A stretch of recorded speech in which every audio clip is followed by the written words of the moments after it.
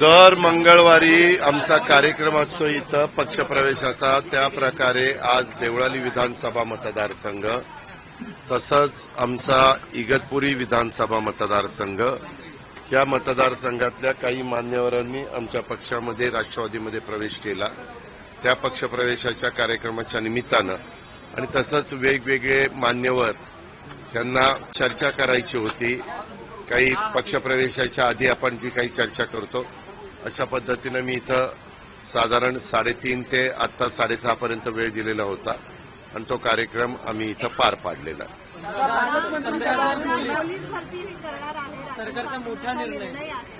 आज झाले ना, आज 6 म्हणजे नेहमीचे 3 विषय सोडून म्हणजे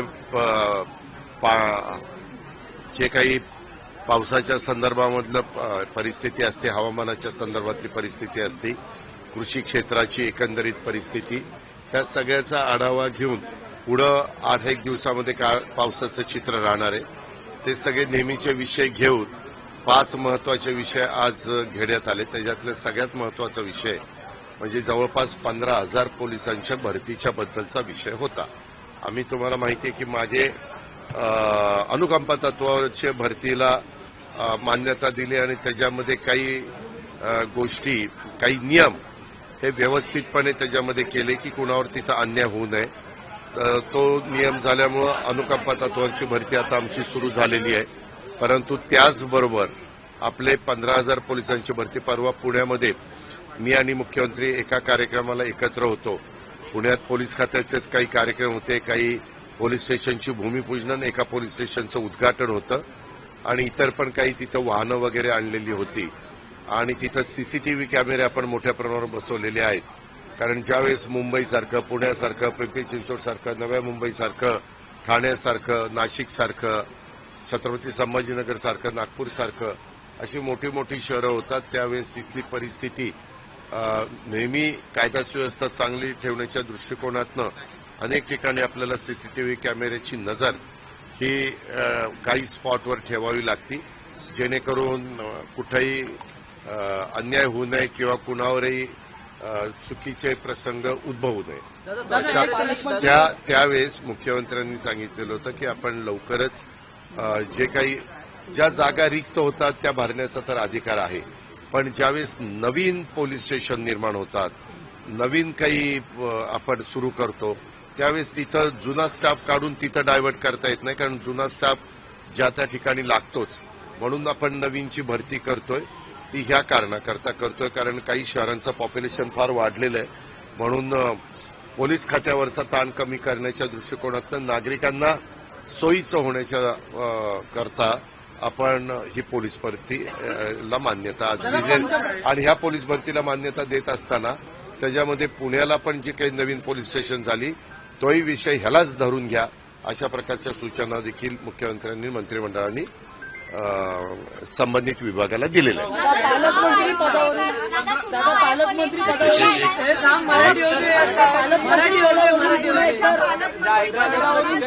तुम्ही मला नीट प्रश्न विचारा, नाही तर मी निघून जाईल परत.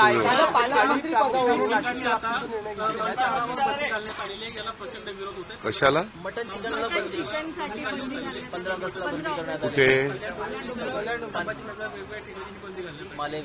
हे मी पण ती बातमी टीव्हीलाच बघितली की काही लोकांनी असं सांगितलं की तिथं बंदी घातली, तर ज्यांनी बंदी घातली त्यांच्या ऑफिस समोर जाऊन आम्ही ते विक्रीची व्यवस्था करणार. आता खरं तर ज्यावेळेस श्रद्धेचा प्रश्न असतो त्यावेळेस अशा प्रकारची बंदी घातली जाते. उदाहरणार्थ आषाढी एकादशी असेल, महाशिवरात्र असेल, महावीर जयंती असेल, अशा काही महत्वाच्या दिवस असतात त्यावेळेस. आता स्वातंत्र्य दिन हा देशाला स्वातंत्र्य मिळून 78 वर्ष होत आहेत. आपल्या देशामध्ये, आपल्या राज्यामध्ये काही जण शाकाहारी आहेत, काही जण मांसाहारी आहेत. आता तुम्ही जर कोकणात गेला तर कोकणात साधी भाजी करताना पण तिथं सोडे, सुकट, बोंबील असलं काही काही त्याच्यामध्ये घालतात. तो त्यांचा आहार आहे.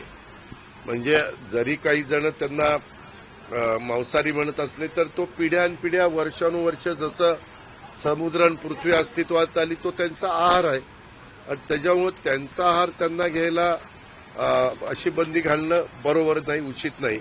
आणि महत्वाच्या शहरांच्या मध्ये तर अनेक जाती धर्माची लोक राहत असतात आणि ही लोक राहत असताना मी मगाशी जसं सांगितलं भावनिक मुद्दा असेल तर एक वेळ त्या दिवसापुरती बंदी किंवा आणखी काही काळापुरती बंदी घातली तर लोक एक्सेप्ट करतात.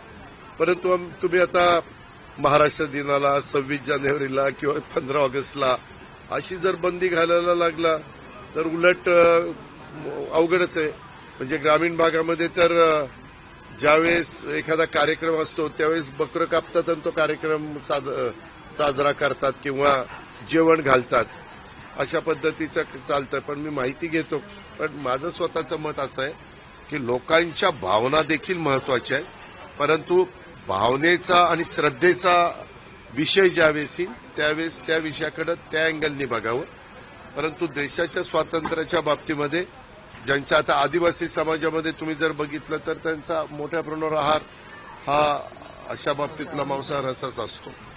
दादा, ज्या पंतप्रधान नरेंद्र मोदींनी साखर कारखान्यांना किंवा कारखान्यांना जीवनदान दिलं मात्र अभिनंदनांच्या बॅनरमध्ये त्यांचे फोटो नाहीयेत, त्यामुळे अजित पवारांना जनाची नाही तर मनाची लाज वाटली पाहिजे असं राधाकृष्ण विखे पाटील म्हणतात. कुठल्या अभिनंदन? राधाकृष्ण विखे पाटील यांनी एक महत्त्वाचं स्टेटमेंट केलं. असं म्हणणं आहे की साखर कारखानदारीला इथेनॉल देऊन जीवनदान देण्याचं शेतकऱ्यांना आणि कारखानदारांना जर निर्णय कोणी घेतला असेल तर मोदी आणि अमित शहाने घेतलाय.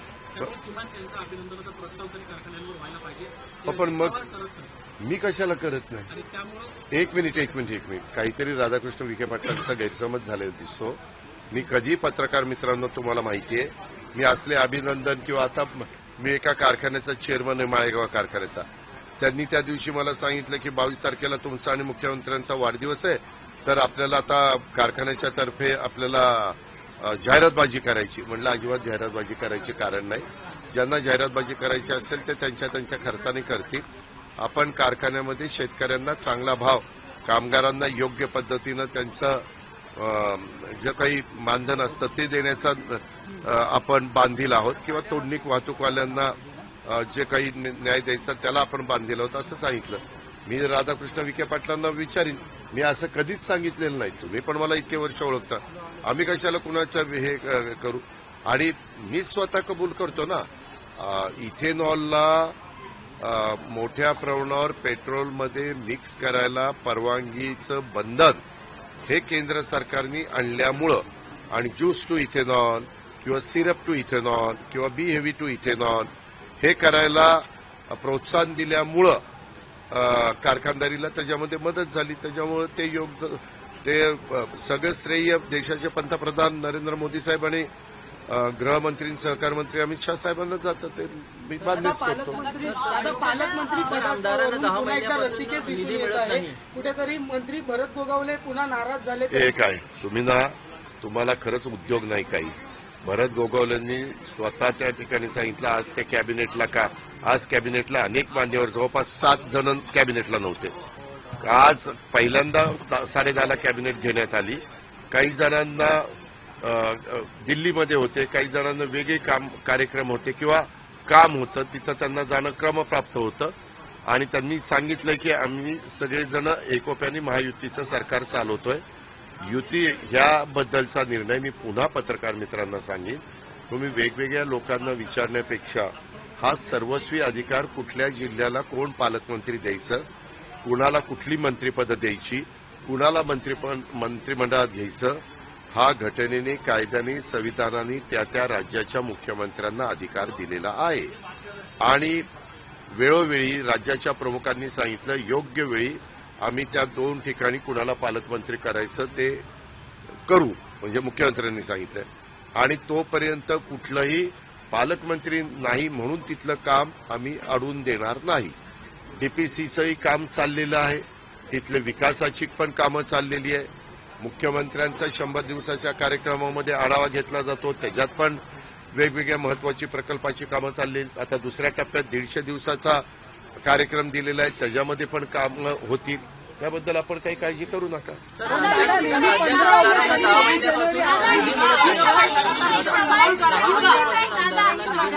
आरोप संजय गायकवाड यांनी केलेला आहे. तुम्हाला एक माहिती आहे, त्याच्यानंतर आमच्या मंत्रिमंडळातले एक सहकारी परिवहन मंत्री प्रताप सरनाईक साहेब हे शिवसेनेचे आहेत. त्यांनी सांगितलं असं काही घडलेलं नाही, असं ऐकलं आपण. पण तुम्ही प्रताप सरनाईकच्या गोष्टीला महत्व देत नाहीये, तुम्ही आमदाराच्या गोष्टीला महत्व देत आहे. हे बरोबर आहे ना. आज हे महायुतीचं सरकार आहे, स्वतः मुख्यमंत्री, दोन्ही उपमुख्यमंत्री आणि सगळ्या मंत्रिमंडळाचं बारकाईनं लक्ष आहे. यंदा मोठ्या प्रमाणावर 22,000 कोटी रुपये डीपीसीला निधी दिलेला आहे. हा आमदाराच्या शिफारसीनेच मोठ्या प्रमाणावर त्या ठिकाणी जात असतो, त्याचबरोबर पालकमंत्र्यांच्या शिफारसीप्रमाणे. आणि बाकीचे पण आपण जे काही 7,20 कोटीचा पहिला अर्थसंकल्प सादर केला आणि त्याच्यानंतर जवळपास 57-58 कोटीचा केला.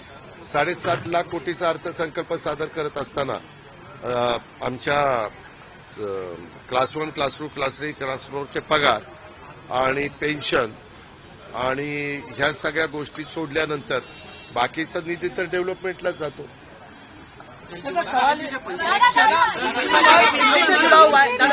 इंडिया ब्लॉक बाबा हम जरा हिंदू दलित आरक्षण में हिस्सा मांगा है. क्या संगठनों ने हिंदू दलित आरक्षण मांगा है. हिंदू दलित में जो है ये देखो, पहले अभी कास्ट वाइज अभी ये जो देश में जितना भी पॉपुलेशन है उसके बारे में शुरुआत हुई है. एग्जैक्ट अपने को कुछ महीनों के बाद या ये जनगणना पूरी होने के बाद अपने को पता चलेगा कि कौन सा कास्ट कितने हैं, कितने लोग हैं. उसके ऊपर अलग अलग स्टेट अपना अपना डिसीजन लेते हैं. आपने देखा होगा कर्नाटक ने अलग डिसीजन लिया. वैसे तो शेड्यूल ट्राइब, शेड्यूल कास्ट और ओबीसी इसका रिजर्वेशन के बारे में डिसीजन लेता है वो गवर्नमेंट ऑफ इंडिया लेता है. और अगर कोई स्टेट में ओबीसी में कुछ कास्ट डालने का बाकी रहा है तो उसके बारे में भी वो सिफारिश कर देते हैं और उसके बारे में डिसीजन बाद में हो जाता है. अरे एक रुको ना बाबा, उसको तो जवाब देने दो मुझे. तो इसीलिए अलग अलग स्टेट में अलग अलग लोग रहते हैं, अलग अलग कास्ट के रहते हैं, तो उनको संविधान ने जो अधिकार दिया है डिमांड करने का, वैसा डिमांड कर सकते हैं. आखिर डिसीजन लेना है नहीं लेना है वो वहाँ के गवर्नमेंट के ऊपर. कल इंडिया ब्लॉक का एक बड़ा आंदोलन दिल्ली में हुआ. इंडिया ब्लॉक का एक बड़ा आंदोलन दिल्ली में हुआ. वो जिस तरीके से मांग कर रहे हैं कि रिव्यू होना चाहिए, चुनाव आयोग अपनी बात के, चुनाव आयोग कुछ कह नहीं रहा. क्या आप चाहते हैं चुनाव ये देखो, आयोग सुनो, चुनाव आयोग को जैसे अपने देश में कुछ संस्थाएं ऐसी है कि उनको पूरा अधिकार दिया है, उसमें आप इंटरफेयर नहीं कर सकते. उसमें से एक है चुनाव आयोग.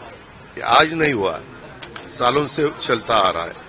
जब भी अपोजिशन वाले जीत जाते हैं कोई स्टेट तो वो बोलते हैं ईवीएम भी अच्छा है, चुनाव आयोग ने बहुत अच्छी तरह से सब कामकाज देखा है और उन्होंने अच्छा किया. जब बुरी तरह से हार जाते हैं तो चुनाव आयोग के बारे में कुछ न कुछ उनकी कंप्लेंट शुरू हो जाती है और ईवीएम के बारे में शुरू हो जाती है. ईवीएम ऐसा है, ईवीएम वैसा है. ईवीएम किसके जमाने में शुरू हुआ है, तब गवर्नमेंट किसका था, ये आपको भी पता है. लेकिन क्या जांच होनी चाहिए. आपने बात की दादा, सुप्रीम कोर्ट हो या चुनाव आयोग हो. विधानसभा निवडणुकीच्या आधीच आम्ही हे पत्र जे निवडणूक आयोगाने दिलं होतं. प्रत्येक विधानसभा मतदारसंघात प्रत्येक आमदार असतील किंवा पदाधिकारी असतील त्यांना 10,000 जे आहेत ते त्यांना जी मतं पडणार नाहीत ते लोक कमी केलेले आणि तो डेटा सर्व्हर पण अपलोड केला. हा अधिकार हे आता काय झालंय, विरोधकांना कुठला मुद्दा राहिला नाही, त्याच्यामुळे हे कुठले पण आता मुद्दे काढायला लागलेले. त्यांनी दिलदारपणे आता इलेक्शन होऊन झाले 1 वर्ष, लोकसभेच्या, विधानसभेच्या निवडणुका होऊन झाले जवळपास 7-8-9 महिने, 8 महिने. अशा सगळ्या गोष्टी घडलेल्या आहेत. त्यामध्ये निवडणूक आयोग त्याच्याबद्दलचा निर्णय घेईल ना. आम्ही पण वेगवेगळ्या पद्धतीनं मागे काही गोष्टी केल्या, परंतु निवडणूक आयोगाने सांगितलं की नाही, आपल्या इथं ते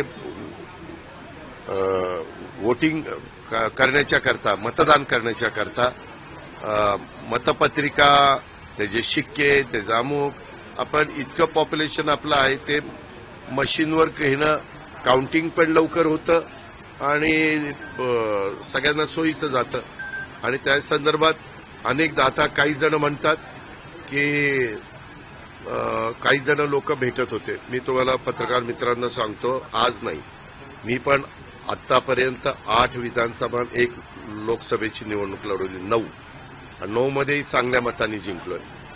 त्यामध्ये आत्ता नाही, परंतु 3-4 निवडणुकीपूर्वी मार्केटमध्ये काही लोक फिरत असतात.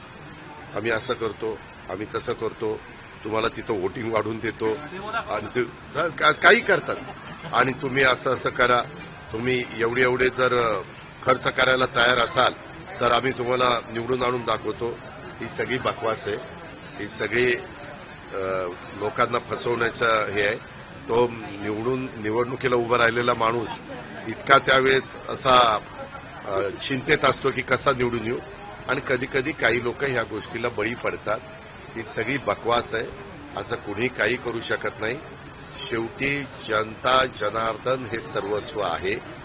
जनतेच्या मनामध्ये कुणाला तिथं बसवायचंय आणि कुणाला तिथनं बाजूला करायचंय हे अनेकदा आपल्या देशामध्ये खूप निवडणुकींच्या मध्ये दाखवून दिलेलं आहे. मागे अनेक वर्ष काँग्रेसचं सरकार होतं. आता 2014 पासून अनेक वर्ष मोदी साहेबांच्या नेतृत्वाखालचं सरकार आहे. परंतु वेगवेगळ्या राज्यात वेगवेगळे बदल त्या बाबतीमध्ये होत आहेत. आता मागे 2 वेळेला केजरीवाल निवडून आले, त्यावेळेस निवडणूक आयोग खूप चांगला होता. आता यावेळेस केजरीवालांचा दारुण पराभव झाला की लगेच त्या गोष्टीला दोष. मग त्यावेळेस तर तुम्हाला आठवत असेल पत्रकार मित्रांनो, दिल्लीमध्ये केजरीवालांना न भूतो न भविष्यती सक्सेस मिळालेला होता. म्हणजे काय 10 आकडी पण विरोधक राहिलेला नव्हता. या गोष्टीला काही अर्थ नाही. तरी देखील निवडणूक आयोगाला स्वायत्तता दिलेली.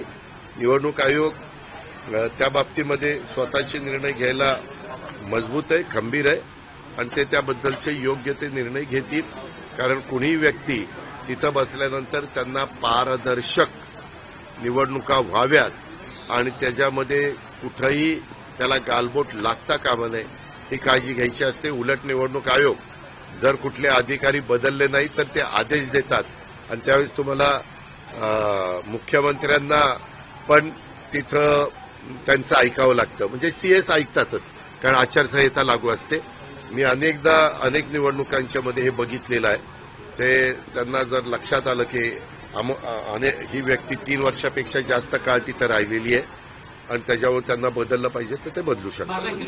सोनगावची एक महिला आहे, त्या महिलेनं काय? बारामती तालुक्यातल्या सोनगावची एक महिला आहे, जिनं आपल्या विरोधामध्ये तक्रार केली होती न्यायालयात. कशाबद्दल? जमिनीच्या वादासंदर्भातला हा विषय आहे. कुठल्या जमिनीच्या वादासंदर्भात आहे. आपल्या 7 जणांच्या चौकशी संदर्भात आता न्यायालयानं आदेश दिलेले आहेत. न्यायालय सर्वोच्च आहे. उद्याच्याला तू माझ्या विरुद्ध कंप्लेंट केली आणि मी जर दोषी असेल तर चौकशी केली पाहिजे. आणि चौकशी केल्यानंतर आम्ही कोणी जर दोषी नाही निघालो तर तू तक्रार केलेली म्हणून तुला दंड लावला पाहिजे. सवाल ये है, वही सवाल की जो आरोप लग रहे हैं कि कुछ लोग मार्केट में घूम रहे हैं, 160 सीट जिता के देंगे ऐसा दावा कर रहे हैं। अरे वो कौन दावा कर रहे हैं उसके बारे में मुझे कुछ ये नहीं करने का. मुझे इतना ही कहना है कि मैं भी पार्टी का काम बहुत सालों से करते आ रहा हूं. हम भी जब पार्टी में काम करते थे तब चुनाव के वक्त ऐसे कोई मार्केट में मिलते हैं लोग कि हम ये डिसीजन ऐसा करके देंगे वैसा करके देंगे, लेकिन वो सब बकवास है. आखिर वोटर किसका मशीन में ये दबाते हैं, बटन दबाते हैं, उसके ऊपर ही सवाल. नहीं बाबा, लगातार ये सवाल उठा रहा है कि इलेक्शन कमीशन जवाब क्यों नहीं देता है, बीजेपी या महायुति की पार्टियां इसको लेकर जवाब क्यों दे रही है? नहीं उन्होंने तो मुझे क्या मालूम, मुझे क्या. ये देखो, जिनका अधिकार है उन्होंने जवाब देना चाहिए. और डेमोक्रेसी में अलग अलग पार्टियां भी अपना अपना जो भी कहना है वो लोगों के सामने रख सकते हैं या मीडिया के सामने रख सकते हैं। विधानसभा महाराष्ट्र चुनाव के बारे में भी राहुल गांधी हमेशा वोटों की चोरी का आरोप लगाते रहे, अभी भी वो कह रहे हैं वोटों की ये चोरी देखो बड़े ये पैमाने देखो पर है। सुनो अभी बारामती का देखो एग्जाम्पल। बारामती में लोकसभा के चुनाव में हमारे कैंडिडेट को 48,000 वोट कम मिले बारामती में।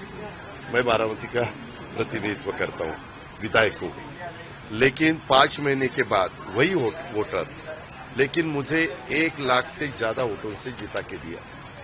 तो तब मैंने भी एक्सेप्ट किया कि 48,000 हमारे कैंडिडेट को कम मिला है, लोगों ने वैसा वोटिंग किया। बाद में मैं 1 लाख से ज्यादा वोटों से जीत के आया, तो क्या मैंने वहां गड़बड़ की, गलत कुछ किया? ऐसा नहीं है। अभी क्या है, कुछ लोगों को सक्सेस नहीं मिल रही है, इसीलिए वो ऐसा कुछ न कुछ क्वेश्चन। चुनाव आयोग पर सवाल उठा रहे हैं। ये देखो, उसके बारे में सवाल मैंने पहले ही बताया, संविधान और कानून के हिसाब से हर एक अपना अपना जो भी सवाल रखना चाहता है वो रख सकता है, लेकिन उसके बारे में जवाब देने का हर एक को अधिकार है। जैसे आप बोलते हैं ये एमएलए ने ऐसा पूछा, आपका क्या कहना है?